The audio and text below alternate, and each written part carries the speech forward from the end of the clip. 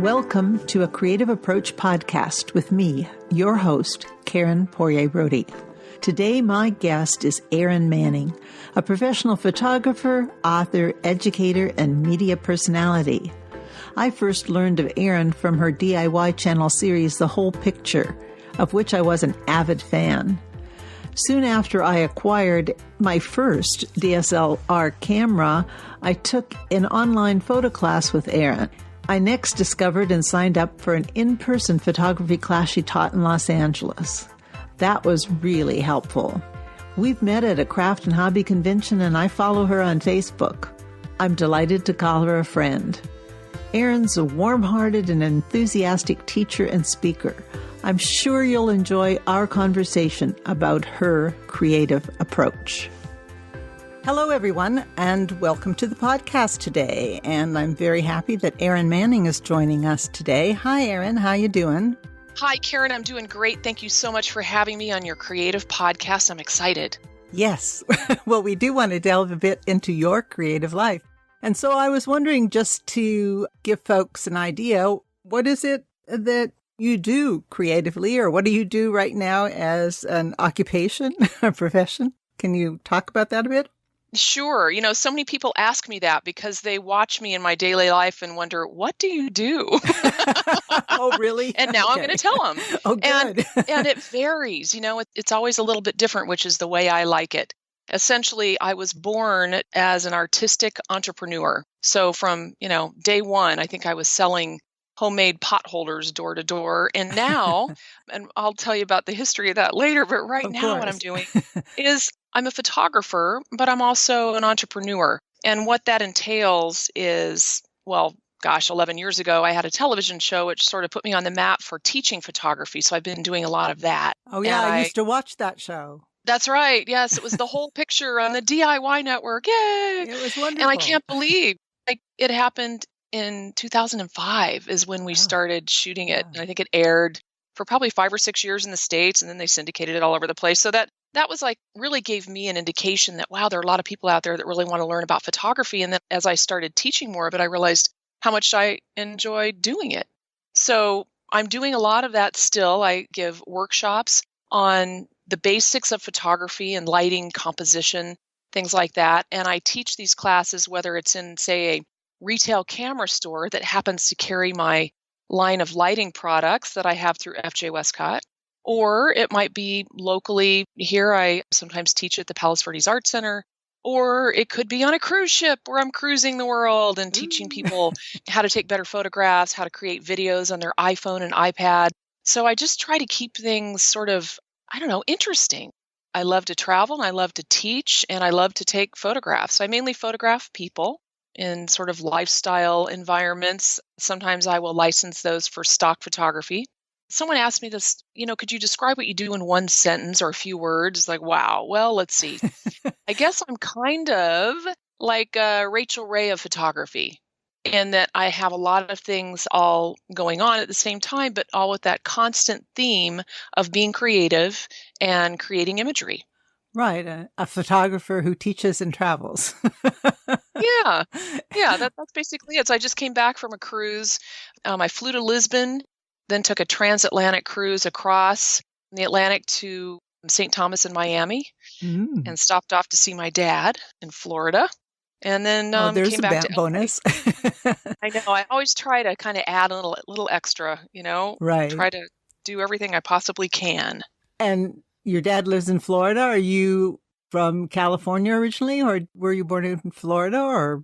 No, it's funny. My entire family now, they all live in warm states, California, Texas, and Florida. But we... I understand. I'm from Canada. Oh, okay. Originally. But you'll understand, the cold weather scenario. I grew up in Iowa mostly. Ah. So it was a great place to grow up. And Sure. I'm glad I grew up there, but then I had to get out and come to California and live on the beach. And that's what I've been doing ever since. Yeah, and you do take some beautiful photographs of the beach.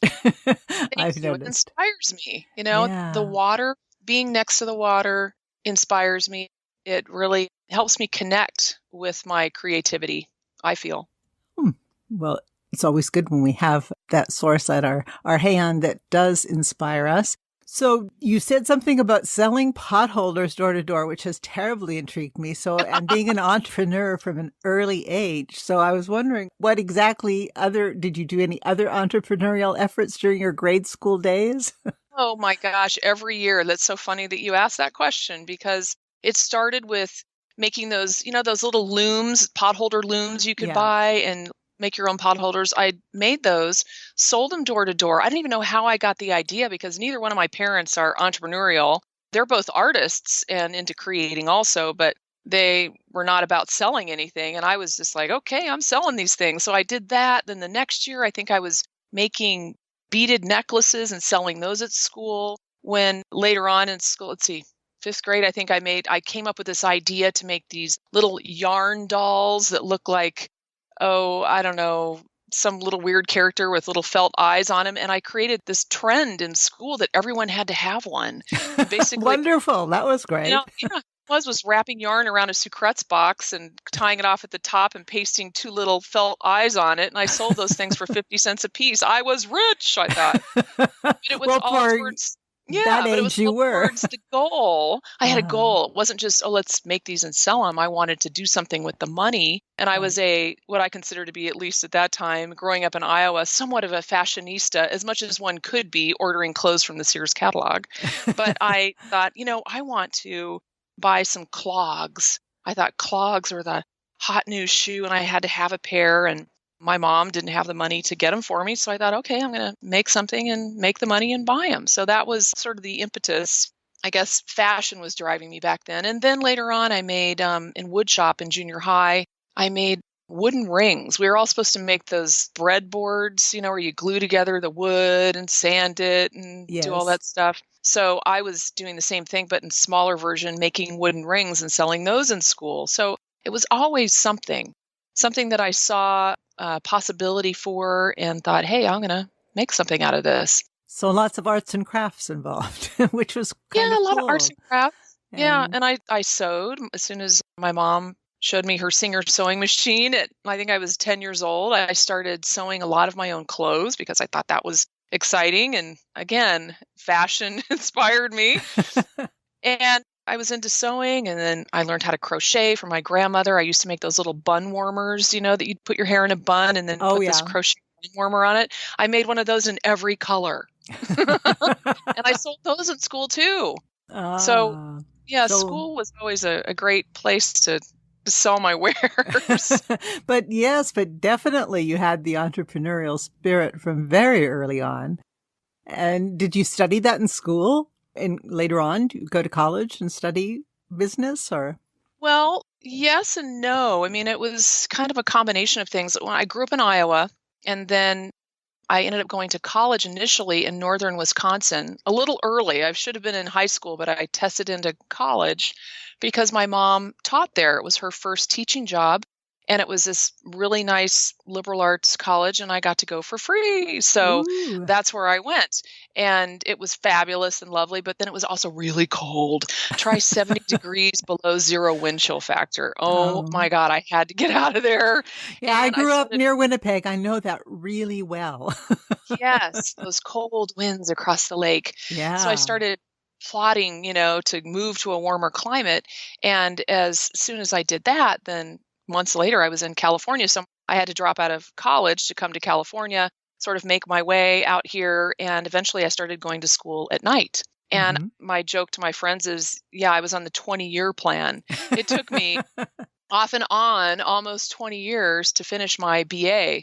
But, both my parents are college professors. They weren't too thrilled with the fact that I left school to come out to California, but they also knew that I was going to do the right thing ultimately. And I feel like I did. I had real world experience coupled with going to school at night. And I ended up getting my BA in studio art when I was 41. And I feel at that time, that's when a lot of the new technology was out and people were using computers for graphic design. So I felt like, wow, I'm really happy that I did wait and get my degree a little bit later. I learned a lot more along the way. And one of the things that really struck me being an older student going to school, undergrad, was sometimes the quality of the teaching and how sometimes, certainly not all the time, but sometimes teachers could be a little condescending.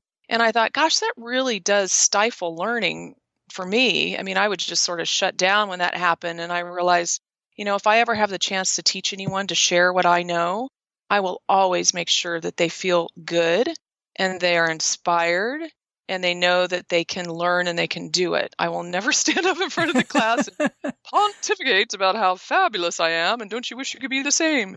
I will never do that. So that helped too in taking some time and being more mature as you took your classes, I'm sure. Yes. I'm an advocate of education at all time. Here I am going back to school and sitting around in junior college and learning things. And I think it's great fun. It always is. We should, always be learning. When you learn, don't you feel more connected to yourself and the world? Of course. Yes. It just enriches you, I think. Now, photography, you mentioned all these wonderful arts and crafts you were creating in grade school, and you went on to study studio art. Was photography a part of that? At what point did that become part of your life? Photography, that was always a part of my life. My grandmother bought me an Instamatic camera with one of those flash tubes on the top. Oh, yeah. Yeah, when I think I was 7, and I just took off with that thing. I was totally into capturing 2 different scenarios. One, a scenario that I would orchestrate and concoct or cajole into being something that wasn't really, real. So maybe a la Annie Leibovitz. something like that, yeah. Or just taking photos of people that, and kind of posing them and everything. And then the other photographs that I really got into, which later inspired a book that I wrote, were candid shots, just, everyday moments, catching people in emotions or doing things that you might not normally see in a photograph. So that's what really kind of got me going. And I was photographing from then on out. In fact, as I went through school and I go to parties or whatever, everyone would say, hey, Erin's coming, so I guess the photographs are taken care of. Because I would always have a camera and I'd always be photographing everything and everyone all the time. Spent tons of money on film and processing film.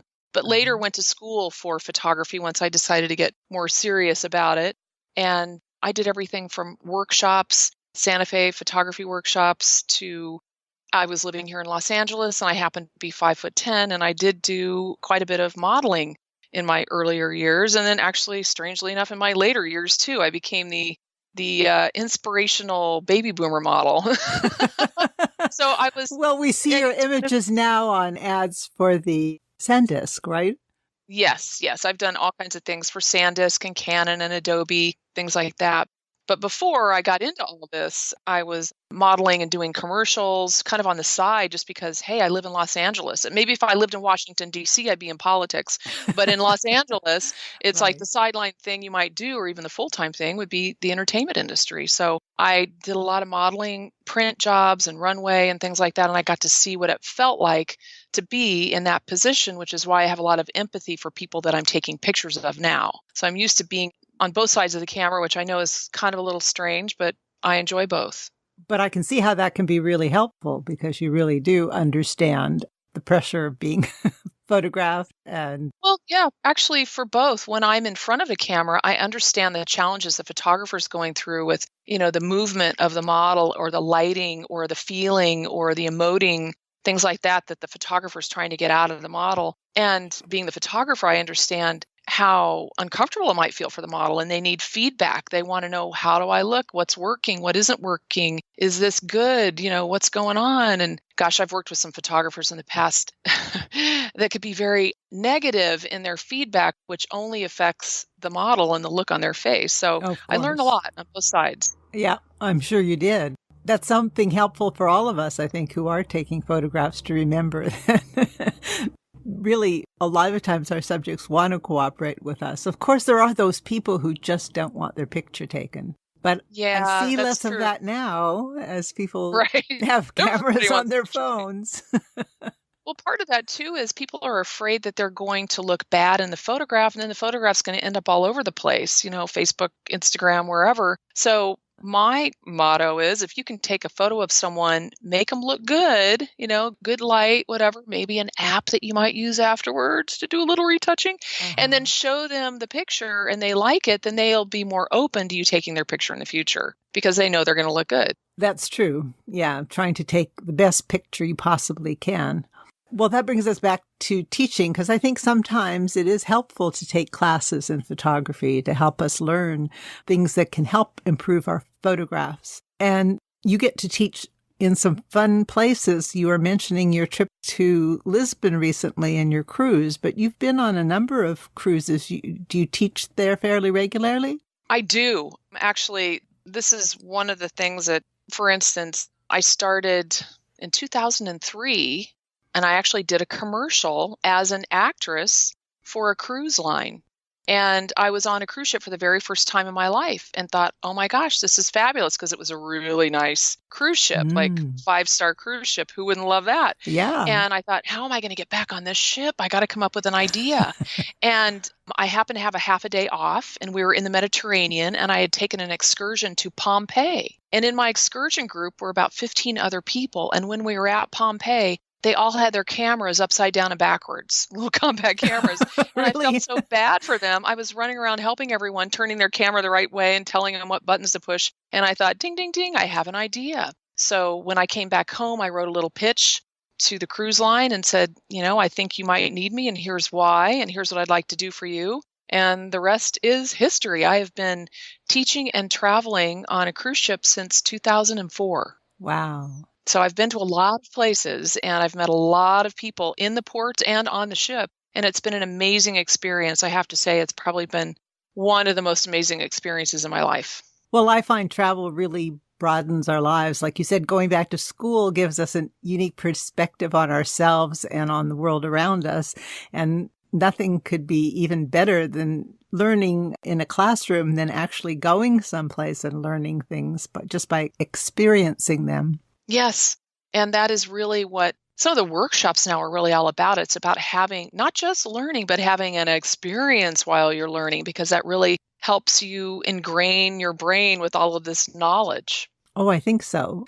I was in Holland recently, and one of the things I had an opportunity to do there was to take a painting workshop to try and paint some sunflowers like Van Gogh would. An impressionistic. Oh, how cool. And I thought, this is such a wonderful introduction to Van Gogh and his painting. And, oh, yeah. As you said, experiential learning within, we all do that when we go out to those fabulous restaurants, of course, and people put their culture on display for us. Of course, we tend to gain a little bit of weight when we do that on our trips because, of course, their celebratory food isn't exactly low in calories. That's right. You just have to do a lot of walking in between restaurants. That's my logic. I think that's very true, which is probably a good reason why they have workout places on things like cruise ships.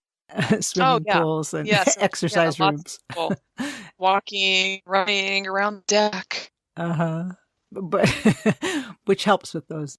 But I think food and experiential learning, and certainly taking photographs and including ourselves in them, is a great way to have memories and relive that experience. Oh, absolutely. I know if I have photos on my iPhone, I'll be flipping through those. You can tap on moments on your iPhone and look at all the different moments that you've experienced. It's like your whole life is right in front of your eyes on these little devices. Yeah. And it's a great way to keep track. I think so. Well, I mean, that's one of the reasons, of course, one of my favorite hobbies is scrapbooking, because you can take those memories and write a story and relive that moment.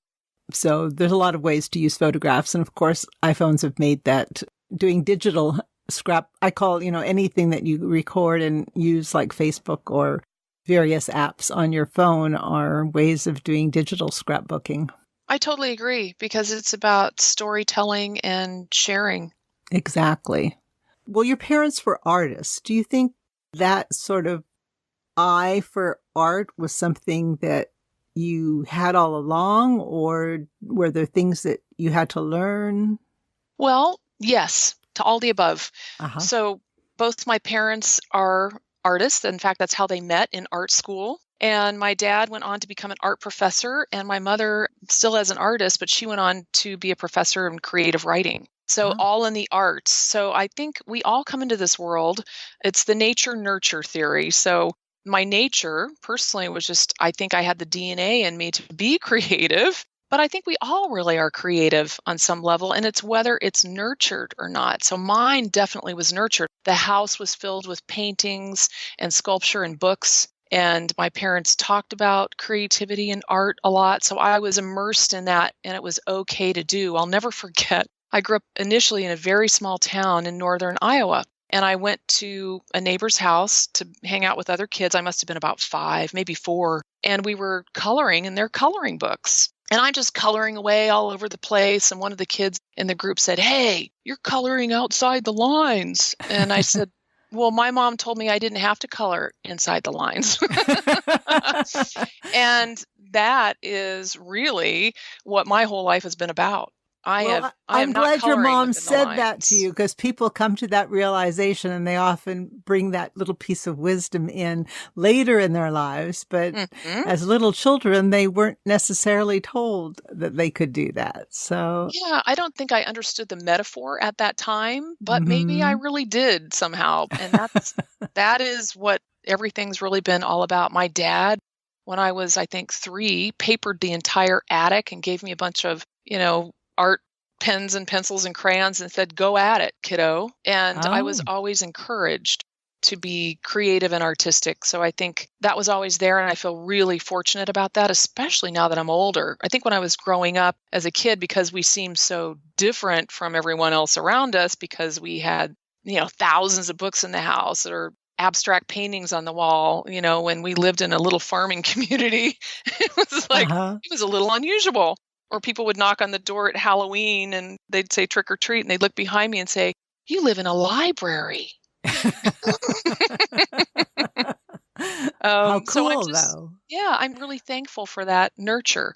So I think it's both. That could be a bit of advice to people trying to encourage creativity in their children or even themselves, about surrounding yourself with art you love or books and letting your kids color outside the lines and encouraging them. That's right. And letting yourself color outside the lines. We've been, acculturated to always kind of follow the rules and color in those lines or do whatever, you think you're supposed to do. And I think that one way to really be creative is to just let go of what you think you're supposed to do and being creative, and just let your inner voice come out and see what that is, whatever it is you're creating. So any other words of advice that you would have to people about creativity in their lives? Definitely. Be bold within yourself in being creative. Being bold might mean just what I talked about, in letting yourself just go. Quit thinking about all the things you're supposed to be doing, or all the things thinking about what other people are going to think about your art. Let go of that. Totally let go of that, because it squashes your creativity. And then be bold in the world. Ask for things. Like, for instance, when I was on that cruise ship and thought, I want to be on this cruise ship more. How am I going to find out how to do it? Just ask. Be creative in your asking. You'll be really surprised what might come back your way. So I'd say be bold within yourself and in the world, and your creativity is going to shine and come out. I think those are wonderful words. I really believe those things too. I do try and encourage people, when people say they aren't artists, I said, but you didn't say that when you were 5, when they asked you to draw a tree. You just drew a tree. I said, the really great artists don't make everything look like everyone else does, That's so they find their true. own voice. So true. Yeah. And I think sometimes kids, when they go into school, they start looking around at what all the other kids are drawing, and maybe they'll start curtailing their creativity to sort of fit in. And I think, if you look back to being a kid, maybe before you even went to school, what you were doing with drawing and things, go back to that. Yeah, I think the joy in it is what's important. Enjoy and expression and connection to yourself. I think those are very good words. And I think we've covered the topic well for today. And I'd like to thank you very much for joining us and giving us your insights into creativity. And I think it would be wonderful if folks could get some information from you on where they could find you. Absolutely. My website is erinmanning.com, ERINMANNING.com. You can go there, and I have all kinds of things to learn about on my blog and interesting information, and it's a good place to go. Okay. Well, thank you. I'm going to suggest that our listeners head over there and check that out. Oh, yes. And all my social media is also on the site. So you can click through and follow me on Facebook, Instagram, whatever, and we can inspire each other. It's great to share imagery with other people or stories with other people because I think it helps inspire us. So I'd love to see what everyone else is doing. I love that. That is true. I get a lot of inspiration from other folks and seeing what they do. So I think that's very true. And so start at the blog and head out to the social media sites, and that'll be great. Well, thanks once again for joining us, Erin. Thank you, Karen. It's been great. And I look forward to being creative with everyone. Wonderful. Bye now. Bye-bye. Thank you, listeners, for being with us at the podcast today. Please visit our webpage at www.acreativeapproachpodcast.com, where you will find show notes for this and other episodes and our social media links. I hope you will join us in future conversations as we explore a creative approach.